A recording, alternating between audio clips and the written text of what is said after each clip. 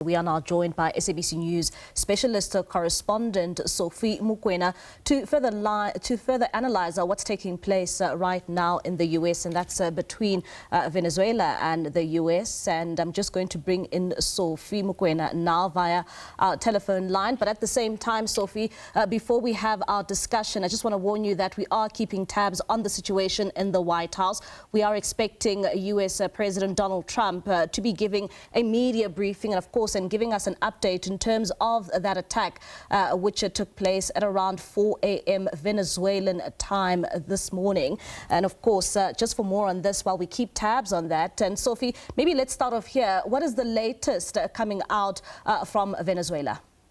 Well, President Trump has since spoken to different media houses in the United States of America, confirming what happened this morning, but also the issue of oil. Again, he emphasized the fact that the companies of the United States of America were kicked out of Venezuela, and therefore the Venezuelan government taking over the companies, and therefore that's what he wants back. And people have been saying that this conflict or this standoff, this tension, it's not so much about drug cartels, but it has to do with oil, because it has been a long protracted tension between the U.S.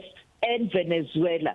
Also, him saying when they asked him about China, because China did complain when its vessel was intercepted by the Americans, and he indicated that everybody will then now have access to oil, and they are going to ensure that. That speaks to the real crux of this standoff or this action. But as we had earlier on, the Venezuelan president, Nicolas Maduro, is now on his way to New York. We don't know whether he has arrived, because, you know, there's now an indictment, and the indictment talks about him being involved in almost like drug cartels, and also they are saying that he is in possession of devices that are dangerous to the U.S., almost saying similar statements. You'd recall when Saddam Hussein was killed and was captured and later was killed after that death sentence. America was saying they were weapons of mass destruction. It's a use of different word or concept or phrase this time around. They are talking about devices that are a danger to the U.S. And we know since then those weapons were not found in Iraq. And a similar situation might play itself. And we've had earlier on many times Maduro saying that it's all about oil, it's not about drug cartels, because people, I will say, when you look at the traffic of drug cartels or shipment of drugs from Venezuela, they are not in large volumes as it is with other Latin American countries, and therefore the question is why the one that doesn't really play a biggest role in terms of shipment of drugs, and therefore that concerns the fact that the issue here is all about oil. And Sophie, I mean, the U.S. President Donald Trump, he's received a lot of backlash following this attack on Venezuela. I mean, the likes of Russia, they've even commented on this, and that is the Russia's foreign ministry calling this a major concern and condemnable. At the same time, we've seen also correspondence there from the European Union. We've also seen a backlash coming out from Colombia. Just take us through some of, the reaction there in that regard when it comes to world leaders. In Latin America in particular, countries have condemned this aggression. They call it an aggression. It's not an operation. It is an aggression. And therefore, they have reasons to be having that view, because they know this is going to destabilize Latin American countries. Because we know the opposition parties in different parts of Latin American countries, they use this kind of tension or support from the U.S. to lobby for their own positions. We've seen already the leader of the opposition, who has since fled to Spain or in Europe, issuing statement that they are ready to take over. And she predicted earlier on, after receiving that Nobel Peace Prize, that Maduro's government will not last for long. And therefore, clearly she knew.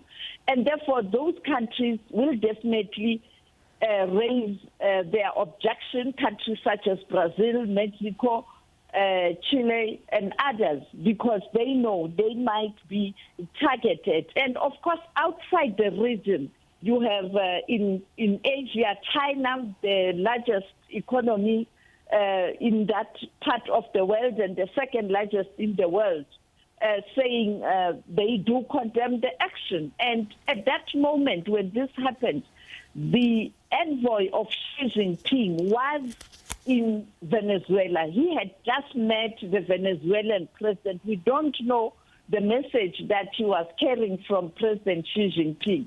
And also President Vladimir Putin of the Russian Federation had an emergency meeting with the security this morning. And also the statement was issued by Sergei Lavrov, the foreign affairs minister, to the diplomatic channels to indicate the objection and condemnation.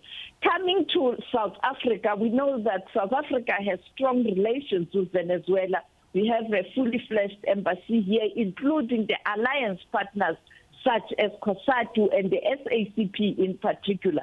South Africa has called for an emergency meeting of the Security Council to discuss this, but South Africa pointing out that this is in violation of international law and the UN Charter Article 1 and 2 that speaks to respect for territorial independence and integrity of member states, and also respect for sovereignty of states and the political process decided by member states of the UN. But unfortunately, when it comes to the Security Council, United States of America is a member of the Security Council. You have the P5 there with veto powers. There's no way the P5, some of them, will support a resolution that is harsh against the United States of America. They will abstain. And also the U.S. will then veto that resolution. And therefore, it's just a process. Nothing is going to happen at the Security Council level. And Sophie, while I remind you that we are monitoring the situation in the White House at the moment, maybe just take us back to that indictment and perhaps when it comes to US President Donald Trump and that media briefing that will be taking place shortly, what can we expect from that briefing, particularly with the indictment and the charges that Nicolas Maduro may be facing? I think President Trump is going to focus more on a political process that's likely going to unfold in Venezuela.